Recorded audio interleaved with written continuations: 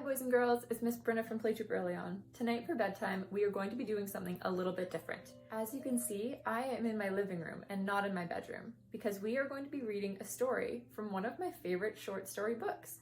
Because spring is almost here, that means a lot of rain will be coming too. That's why I thought it would be fun to read a story about getting outside to enjoy the rain while we are going to be reading about a little girl named Susan who doesn't like to go outside in the rain, but maybe she'll change her mind. So before we start, I need you to go brush your teeth and put on your pajamas. When you're finished, you can meet me right back here and we'll read our story about rain. You're back! Great, now we can start reading our story. So find somewhere comfortable to rest and we can start.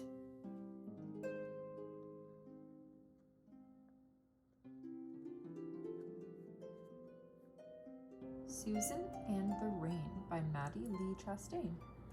Susan Amantha Cottonwood was a little girl who was always good when the sun shined. But when the clouds piled up in the sky and began to rain, she would cry and groan.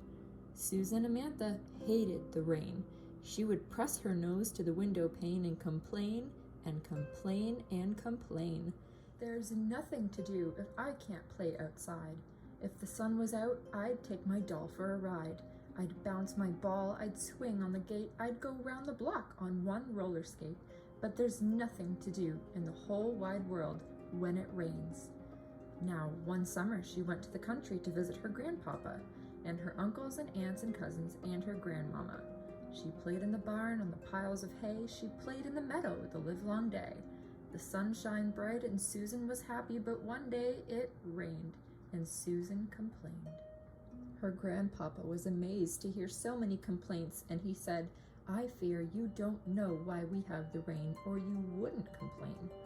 We have the rain to water the crops, to make fine lettuce and big beet tops. It makes the corn tall, row on row, and the apples juicy, and the blackberries grow.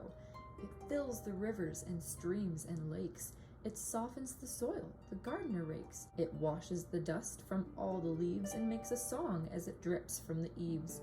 Why, nothing would grow on our very own farm if it didn't rain. Susan, don't complain."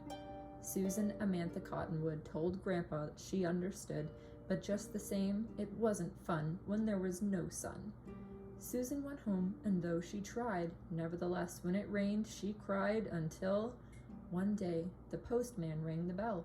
Mother opened the door and said, "Well, well, here's a package for Susan from Grandpapa." When Susan got those strings untied, she opened the box and found inside a bright red umbrella, shiny black boots, and a red plaid raincoat with a rain hat to suit. Well, the next time it rained, did Susan complain? No! She put on her boots and her raincoat and hat, and she took her umbrella and went spitty-spat out in the rain, all in the puddles. Rain thumped her umbrella, rain spattered her coat, each boot was as wet as a shiny black boat. She splashed and she splashed, as happy as could be, and she said, "Why, the rain is fun, and it's raining just for me."